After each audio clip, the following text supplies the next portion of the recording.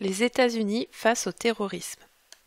Le 11 septembre 2001, les attentats sur le World Trade Center et sur le Pentagone ont lieu. Ces attentats touchent les symboles du hard et du soft power. Ces attaques sont revendiquées par l'organisation terroriste Al-Qaïda, dont son représentant est Oussama Ben Laden. Les États-Unis doivent désormais faire face au terrorisme. En réponse à ces attentats, les Américains décident de mettre en place des opérations militaires et de renforcer leurs frontières.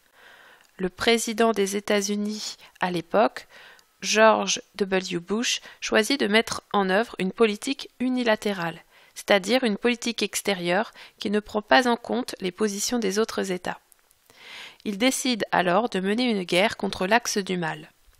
Les États-Unis demandent à plusieurs États de faire un choix, soit celui de soutenir leur politique de manière ouverte et claire, soit d'être considérés comme un soutien du terrorisme. En octobre 2001, les États-Unis, soutenus par le Royaume-Uni, envahissent l'Afghanistan, pays où la présence d'Al-Qaïda est la plus forte.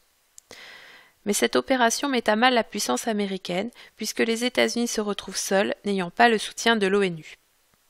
Des images de soldats américains en train de torturer des prisonniers circulent dans le monde et ternissent l'image des États-Unis. Autre guerre qui stagne, celle contre l'Irak de Saddam Hussein.